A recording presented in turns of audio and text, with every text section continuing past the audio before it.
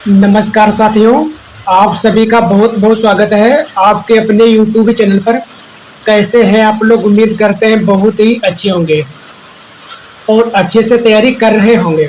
साथियों, आज का टॉपिक है काव्य शास्त्र। यूपी टीजीटी पीजीटी या किसी राज्य की टीजीटी पीजीटी या यूजीसी नेट की तैयारी कर रहे हैं तो आपके लिए यह टॉपिक बहुत ही महत्वपूर्ण है, इसलिए इस वीडियो को पूरा जरूर देखें।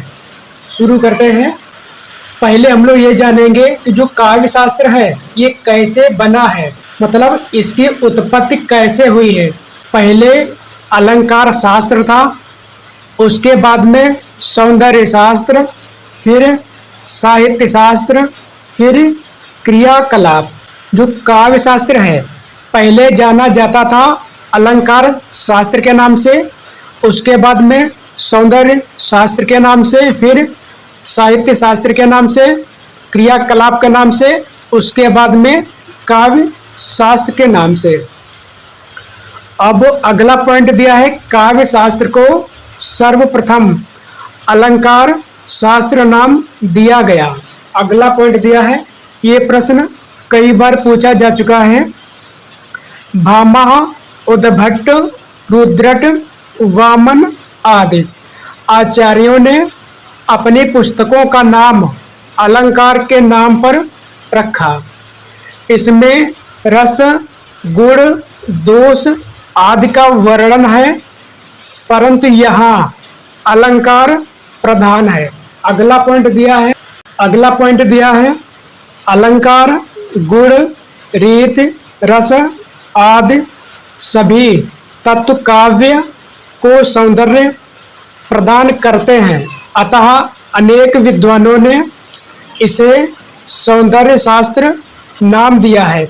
यानी जो काव्य शास्त्र है इसको कई विद्वान सौंदर्य शास्त्र के नाम से भी जानते हैं, यानी कई विद्वानों ने अलंकार शास्त्र को सौंदर्य शास्त्र नाम दिया है। अगला पॉइंट दिया है, यहाँ सौंदर्य शास्त्र नाम अलंकार शास्त्र के पर्याय के रूप में प्रयोग नहीं हुआ है।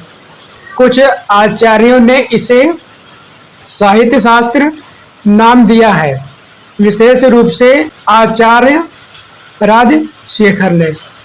यानी जो राजशेखर हैं, आचार्य राजशेखर ने काव्य शास्त्र को साहित्य शास्त्र नाम दिया है।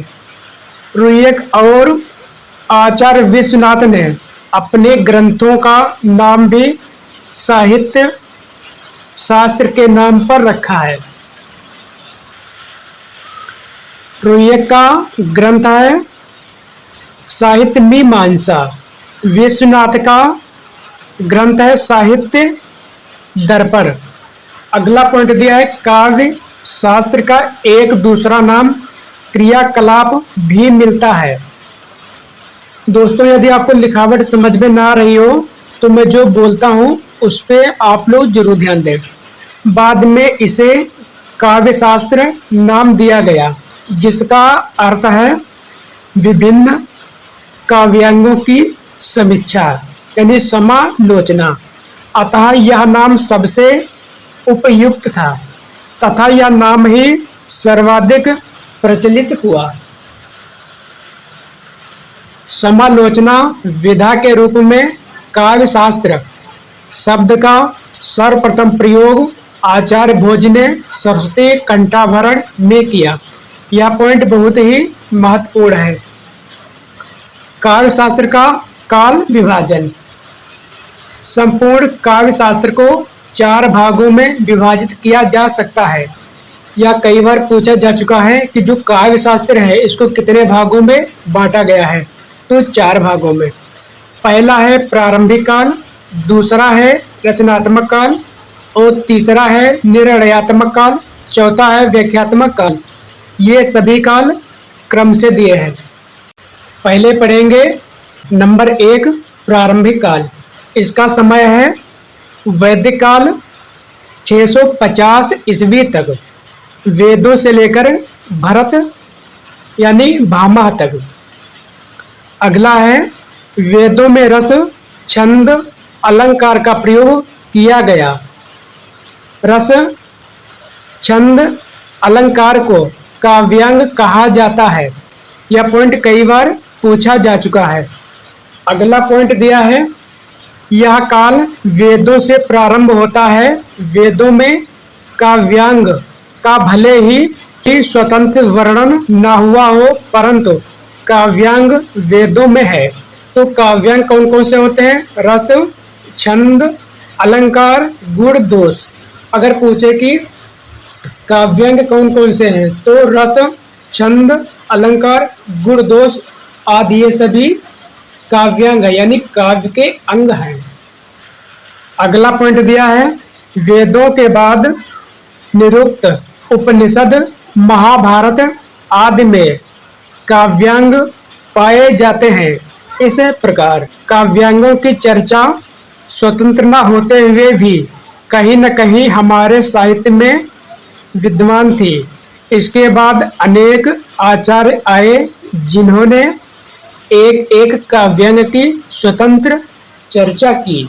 अगला पॉइंट है, काव्य शास्त्र का सबसे प्राचीन संप्रदाय है रस संप्रदाय। अगला पॉइंट दिया है, संस्कृत काव्य शास्त्र के अंतिम आचार्य पंडित राज जगन्नाथ हैं। हिंदी काव्य शास्त्र का आद्य आचार्य माना जाता है भरत मुनि को। सर्वप्रथम आचार्य भरत ने पुस्तकाकार रूप में अनेक काव्यांगों की चर्चा एक साथ की। काव्यांग 4 अलंकार, 10 गुण और 10 दोष, ये सभी काव्यांग यानी काव्य के अंग हैं। इस काल में जो चर्चा हुई उनमें अलंकार की चर्चा सर्व प्रमुख रही। नंबर 2 है रचनात्मक काल। जो रचनात्मक काल है इसका समय है 650 ईस्वी से 850 ईस्वी तक, यानी आचार्य भामा से लेकर के आनंद वर्धन तक। आचार्य भामा को कहा जाता है अलंकार संप्रदाय का जनक, यानी भामा अलंकार संप्रदाय के जनक हैं। अगला है, यह काल आचार्य भामा से प्रारंभ होकर आचार्य आनंद वर्धन तक चलता है।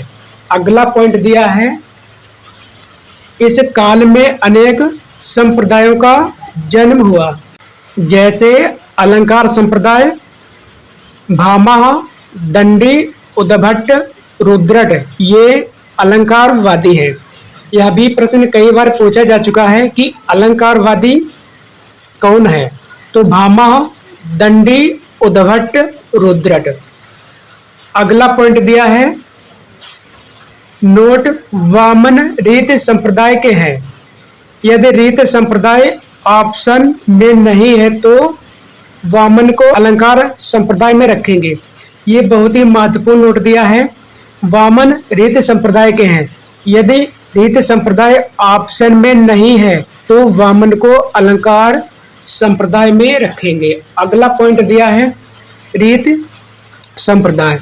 रीत संप्रदाय के हैं वामन, और रस संप्रदाय के हैं आचार्य भरत के सूत्र की व्याख्या। रस संप्रदाय में है आचार्य भरत के सूत्र की व्याख्या। काव्य की आत्मा का सबसे पहले प्रश्न रचनात्मक काल में उठा। काव्य शास्त्र के विकास की दृष्टि से यह काल अत्यंत महत्वपूर्ण है। इस काल में अलंकार की सर्वाधिक चर्चा हुई। अगला है, आचार्य वामन ने अलंकार के साथ ही रीत की चर्चा की। साथ ही आचार्य भरत के रस सूत्र की अधिकांश व्याख्या इस काल में हुई। अगला है, इस काल में भामा ने अलंकार को तथा वामन ने रीतकाल को काव्य की आत्मा बताया। नंबर 3, निर्णयात्मक काल। निर्णयात्मक शब्द निर्णय शब्द से बना है और इसका समय है 850 ईस्वी से 1050 ईस्वी तक, और इसके अंतर्गत कवि आते हैं आनंद वर्धन से लेकर के आचार्य मम्मट तक। ध्वनि संप्रदाय के जनक या संस्थापक हैं आनंद वर्धन। काव्य शास्त्र के विकास की दृष्टि से यह काल सर्वाधिक महत्वपूर्ण है। अगला पॉइंट दिया है, आचार्य आनंदवर्धन ने ध्वनि संप्रदाय की स्थापना की तथा ध्वनि को काव्यात्मा बताया। आनंदवर्धन की रचना है ध्वन्यावलोक। इसी काल में ध्वन्यावलोक लोचन टीका की रचना करने वाले अभिनव गुप्त ने ध्वनि संप्रदाय का संपूर्ण समर्थन किया। अगला पॉइंट दिया है, इसी काल में काव्य प्रकाश की रचना करने वाले आचार्य मम्मट ने ध्वनि का विरोध करने वालों का जमकर खंडन किया और फिर किसी ने ध्वनि के विरोध का साहस नहीं किया। ये भी पॉइंट बहुत ही महत्वपूर्ण है। अगला है, इसी काल में वक्रोक्त जीवितम की रचना करने वाले आचार्य कुंतक ने वक्रोक्त को काव्य की आत्मा सिद्ध किया, परंतु इस संप्रदाय का अधिक समर्थन नहीं किया। अगला दिया है, निर्णयात्मक काल के सबसे महत्वपूर्ण आचार्य हैं आनंदवर्धन। अगला पॉइंट दिया है, आनंदवर्धन ने ध्वनि संप्रदाय की स्थापना की। आनंदवर्धन ने ध्वनि संप्रदाय को काव्य की आत्मा माना है। आनंदवर्धन ने अलंकार, गुण, रीति आदि को ध्वनि में समाहित कर लिया। अलंकार, गुण, रीति ये काव्य की आत्मा है।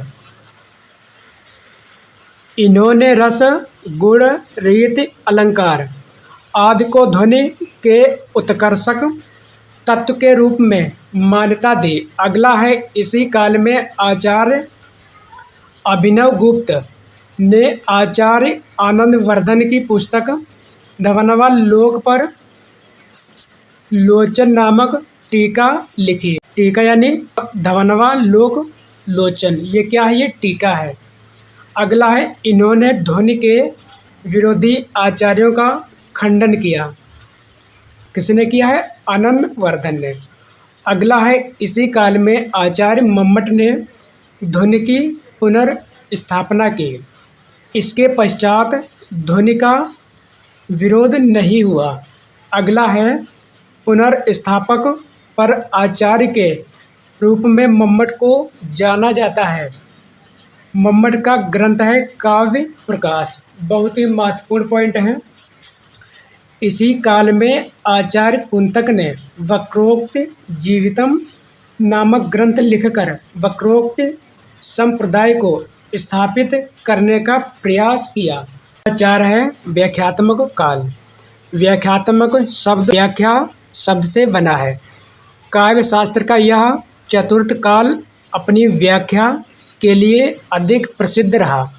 इस काल में आचार्य विश्वनाथ, पंडित जगन्नाथ, जयदेव जैसे महत्वपूर्ण आचार्य हुए। अगला है, इन आचार्यों ने अपना मौलिक चिंतन तो दिया, साथ ही साथ इन्होंने अपने पूर्व के आचार्यों के मतों की व्याख्या भी की।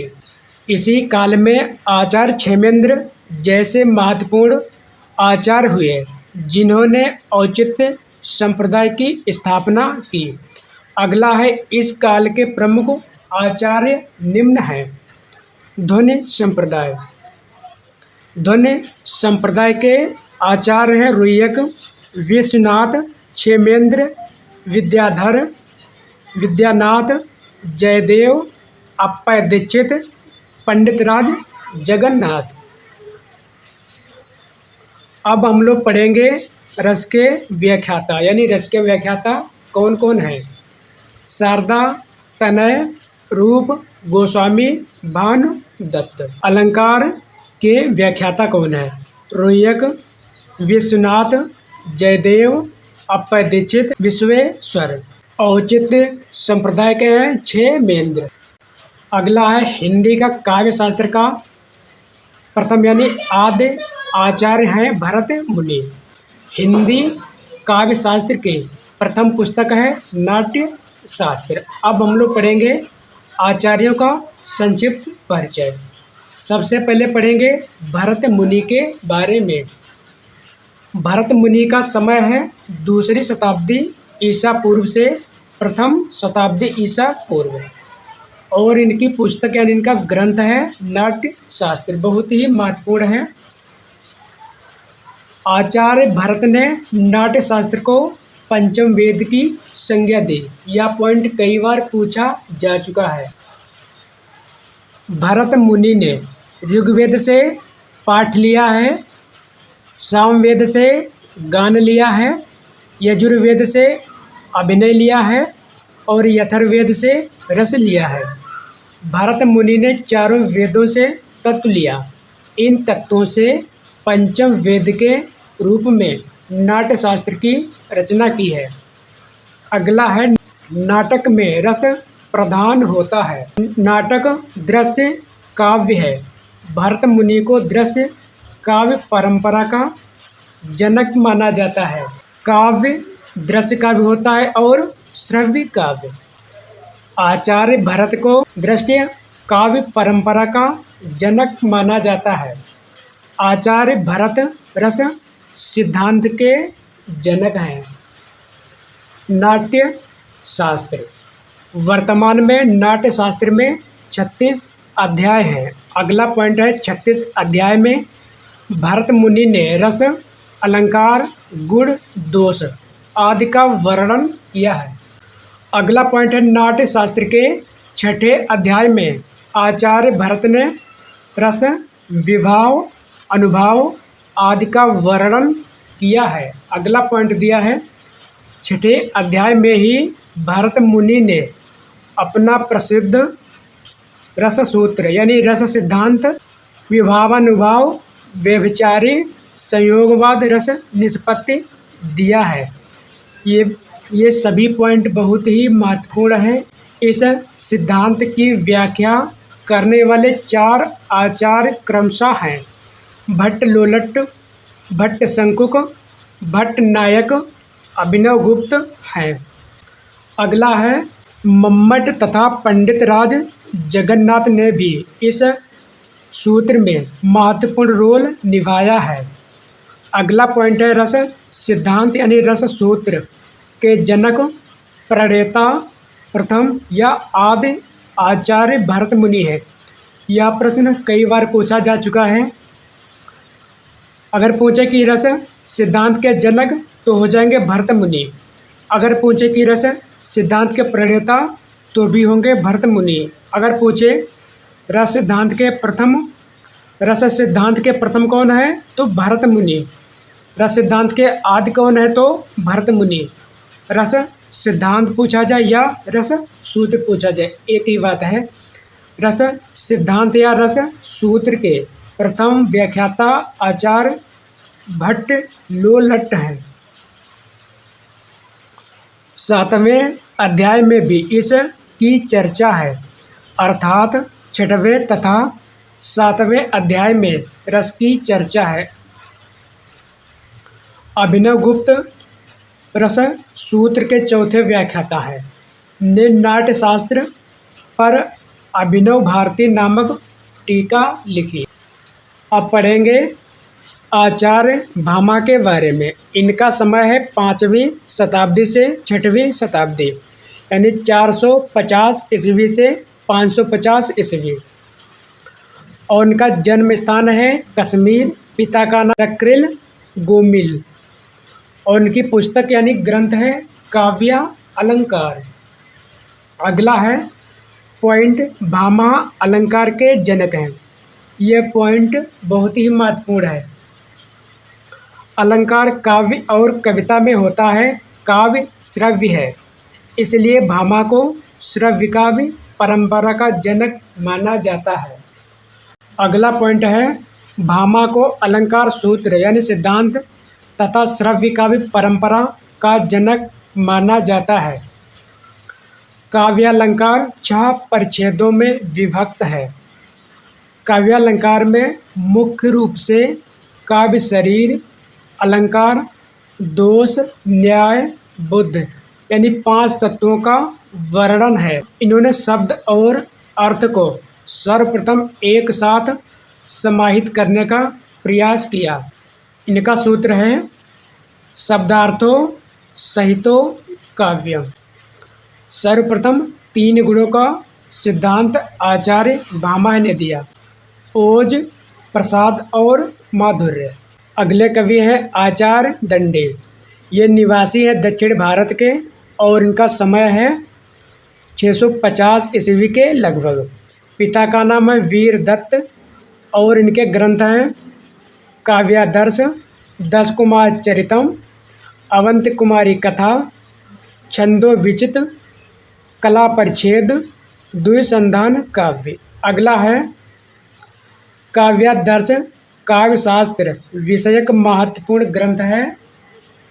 काव्यादर्श अलंकार परंपरा का प्रमुख ग्रंथ है। काव्यादर्श में 3 परिच्छेद हैं। इसमें अलंकार, गुण, रीत आदि की चर्चा है।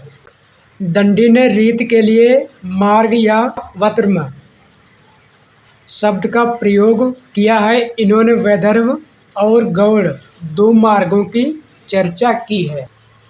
नंबर 4 है आचार्य उद्भट। इनका समय है 800 ईस्वी के लगभग में, यानी 9वीं शताब्दी का पूर्वार्ध।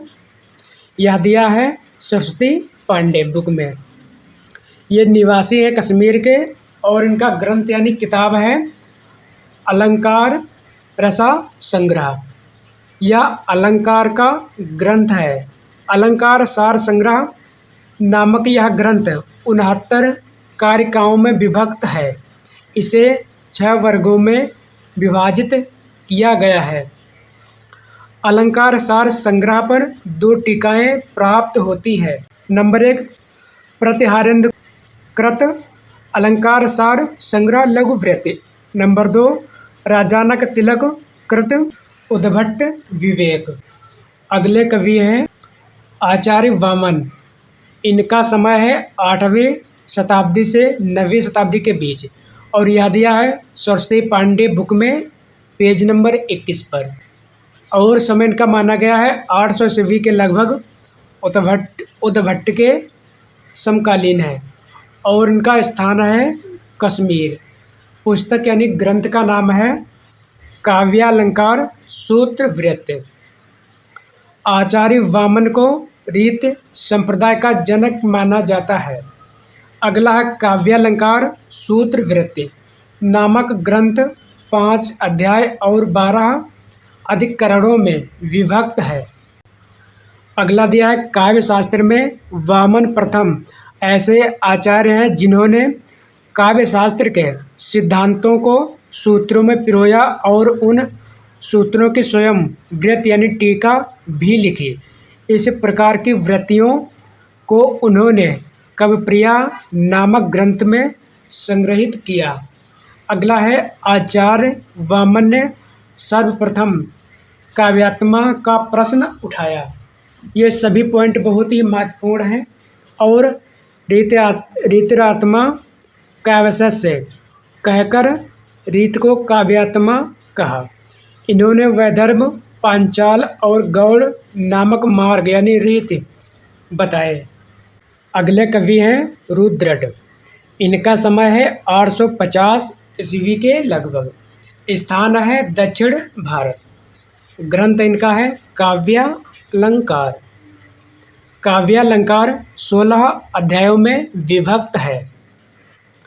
आचार्य रुद्रट ने सर्वप्रथम अलंकारों का वैज्ञानिक दृष्टि से विवेचन किया और अलंकारों के दो भेद किए। नंबर 1 शब्दालंकार, नंबर 2 अर्थालंकार। आचार्य रुद्रट ने परंपरा से चले आ रहे 9 रसों में प्रयाण नामक 10वां रस जोड़ने का प्रयास किया। अगला है आचार्य रुद्रट ने रीत की विशेष चर्चा की तथा इन्होंने लाटीय नाम से एक चौथी रीत जोड़ने का प्रयास किया। यह पॉइंट बहुत ही महत्वपूर्ण है, ये भी बहुत ही महत्वपूर्ण है। अगले कवि हैं आचार्य आनंदवर्धन। इनका समय है 9वीं शताब्दी का उत्तरार्ध और इनका जो स्थान है, जन्म स्थान है कश्मीर, ग्रंथ है ध्वनवा लोक। आचार्य आनंदवर्धन को ध्वनि संप्रदाय का जनक माना जाता है। यह पॉइंट बहुत ही महत्वपूर्ण है। इन्होंने ध्वनि को काव्यात्मा के रूप में प्रतिस्थापित किया। इनकी परंपरा में अभिनव गुप्त, विश्वनाथ, जगन्नाथ आदि आचार्य हुए। अगला है आचार्य अभिनव गुप्त ने ध्वनवा लोक पर लोचन नामक टीका लिखी। इस प्रकार अभिनव गुप्त के ग्रंथ का नाम ध्वनवा लोक लोचन पड़ा। अगले कवि हैं आचार्य भट्ट नायक। इनका समय है 9वीं शताब्दी यानी 800 ईस्वी के आसपास। स्थान है कश्मीर और ग्रंथ है हृदय दर्पण या सहृदय दर्पण। अगला है ये आचार्य भरत के रस सूत्र के तीसरे व्याख्याता हैं। इन्होंने साधारणीकरण की अवधारणा प्रस्तुत की। यह भी प्रश्न पूछा जाता है कि साधारणीकरण की अवधारणा किसने प्रस्तुत की, तो आचार्य भट्ट नायक ने।